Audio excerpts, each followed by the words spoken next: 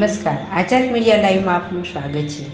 Eco friendly અને માટીના ગણપતિની મૂર્તિની માર્કેટમાં માંગ વધતી જાય છે, ત્યારે મહુવાના અલ્પેશભાઈ બારૈયા દ્વારા નારિયેળના છાલામાંથી ગણપતિની કલાત્મક મૂર્તિઓ બનાવી બજારમાં સસ્તા કરી લોકોને વેચાણ માટે મૂકી છે।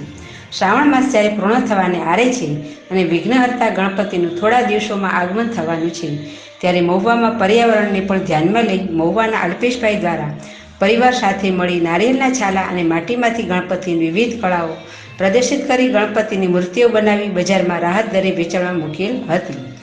10 દિવસ પછી પૂજન કરી મૂર્તિને જળમાં વિસર્જિત કરવામાં આવે, જેને લઈ જળમાં રહેલ જીવોને નુકસાન ના થાય તે હેતુથી એક ઉમદા વિચારની સાથે ઇકો ફ્રેન્ડલી અને માટીના ગણપતિની મૂર્તિ બનાવી હતી।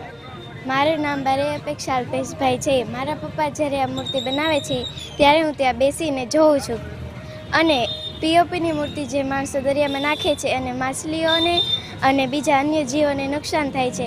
અને મારું નામ અલ્પેશ બારૈયા છે ને આ બધી નાળિયેર રેસાની વસ્તુ અમે બનાવીએ છીએ, જે પર્યાવરણને નુકસાન નથી થતી। અંદર માટી નાખીએ છીએ એટલે વેઇટ વજન વધે છે ને દરિયામાં નાખીએ એટલે બધું છૂટું છૂટું પડી જાય છે, એટલે પર્યાવરણને બહુ સારો ફાયદો થાય છે અને પબ્લિક આમાં પૂરો સપોર્ટ અમને કરે છે। અમારે એટલા 7 વર્ષથી કરીએ પણ છેલ્લે કાંઈ વસ્તુ વધતી નથી, જે પબ્લિકનો ભરપૂર અમને સપોર્ટ છે, સાથ છે ને એ બદલ અમે પબ્લિકના પણ આભારી છીએ ને પબ્લિક એટલી સમજદાર છે કે જે પર્યાવરણનું બહુ ધ્યાનમાં રાખી ને આવા બધા આર્ટિકલને ધ્યાને લે છે ને ખરીદે છે।